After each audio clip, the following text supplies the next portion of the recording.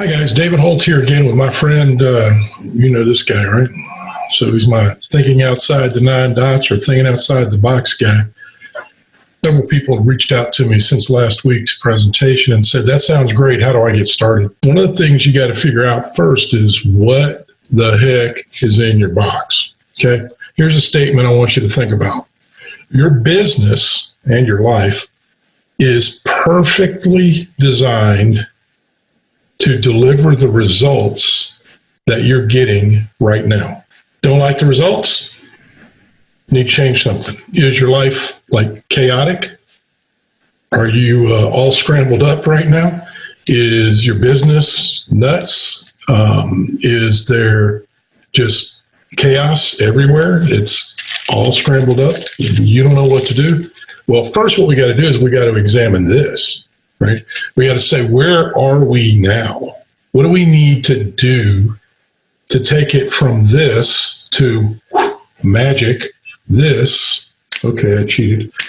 How do we take it from this to a fully functioning life, fully functioning business?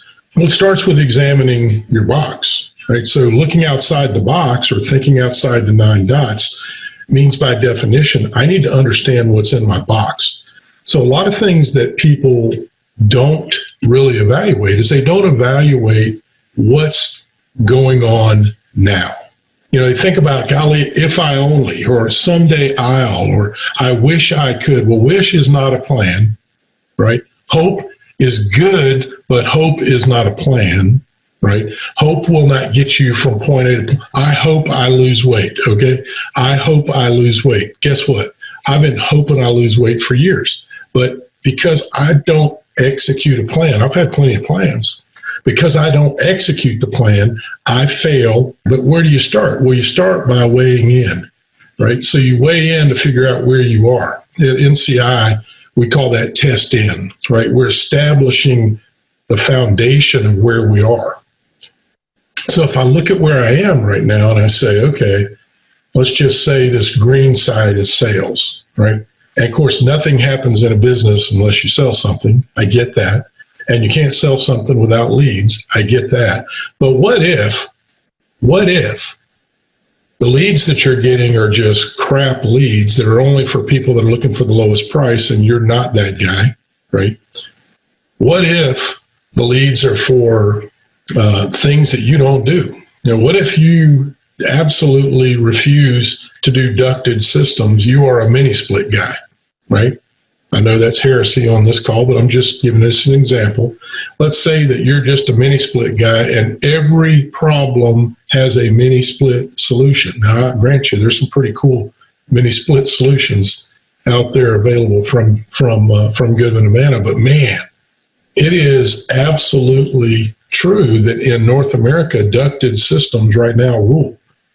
So if you're in the HVAC business and you say, I'm just mini split guy, it's okay. Specialize, be that guy, be the best you can possibly be.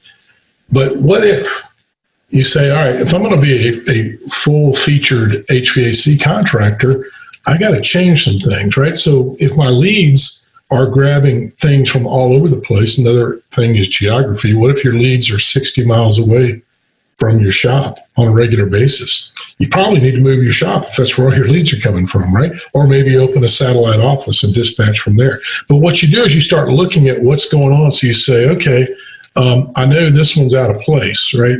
I know that this one right here is out of place because green and red, they don't go together, right? So what I got to do is I got to turn something.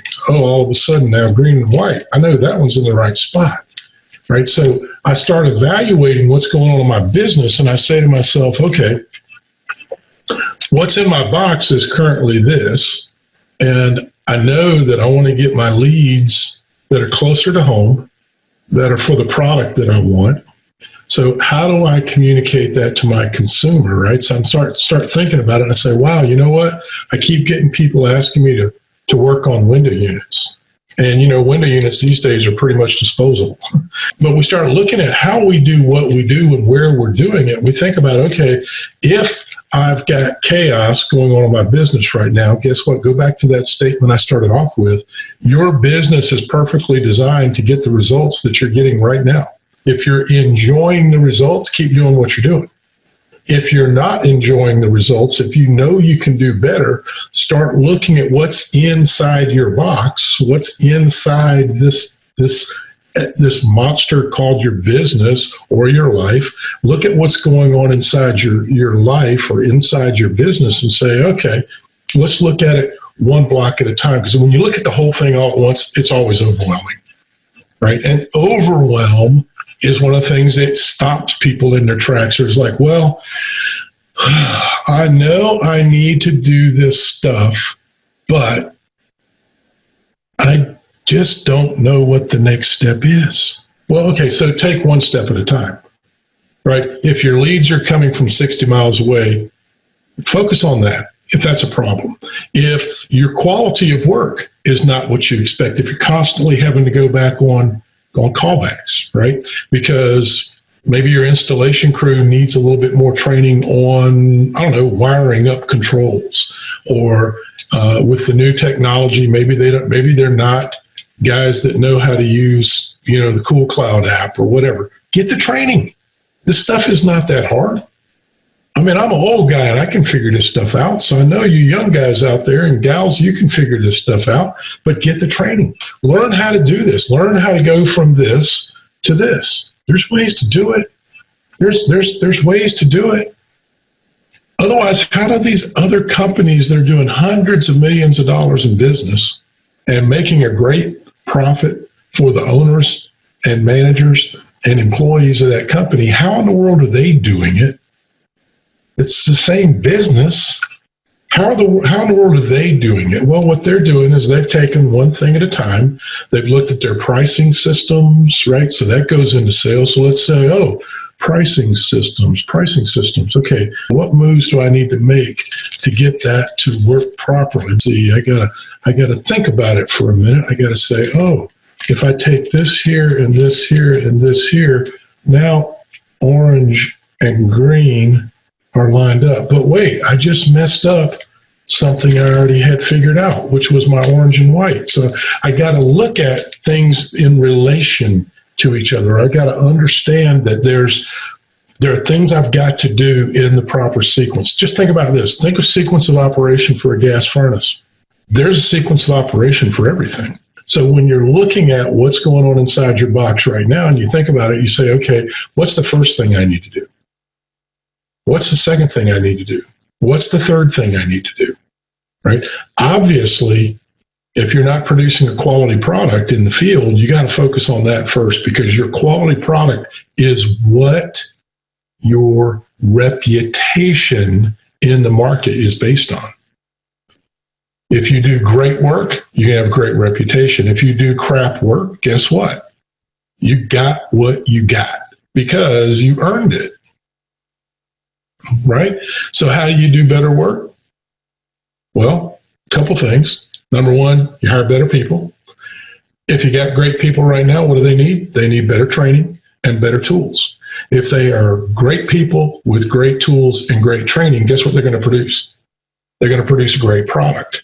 And that's what you're looking to do, right? I mean, you want to be the craftsman in your market. You don't want to be just a tradesman. You don't want to be somebody who just gets paid to do business in our industry. You want to actually create a life. You want to take this and turn it into this. You want it to be predictable. You want it to be something that you can count on every day, year in and year out. So what we want to do is we want to look at, again, what's going on inside our box and begin to make the right moves to go from chaos to simplicity, right? I want to make it simple. If I do the same thing over and over again in the right sequence of operation, taking the right steps in the right order, with the right processes, with the right tools, with the right people, guess what I'm going to produce? I'm going to produce a life that is obviously awesome. And then when I get my little guy here, when I get my little guy going here and I start thinking again, I'm going to be looking at that box and I'm going to say, how do I get this crazy box right here, right? I need to think about this crazy box right here, and I need to figure out how to go from this chaos. How do I go from this chaos situation to a real, live, functioning, operating business, that's organized, that's structured, that's working well, that's producing the results for the customer up here, that's producing the results for the customer that they deserve.